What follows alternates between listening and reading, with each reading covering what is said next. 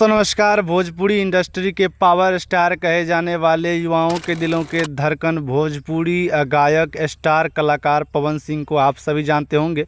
दोस्तों, power star Pawan Singh और सृष्टि भारती का एक बवाल सॉन्ग आया है। जी हाँ दोस्तों, बता दें जस्ट आने वाला है, देवघर के राजा। जी हाँ दोस्तों, बता दें ये सॉन्ग जो है वो 21 जुलाई को आपको सुबह में सुनने को मिल जाएगा। देवघर के राजा, भाई साहब गाने का नाम होने वाला है देवघर के राजा।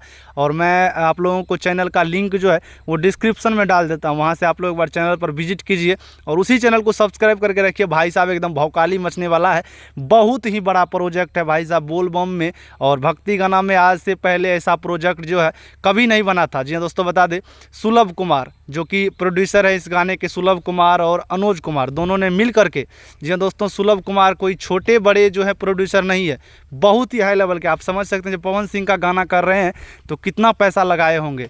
तो ये सुलभ कुमार और अनुज कुमार ने मिल करके भाई साहब एकदम भौकाली मचाने का सोच लिया है पूरे भोजपुरी इंडस्ट्री में।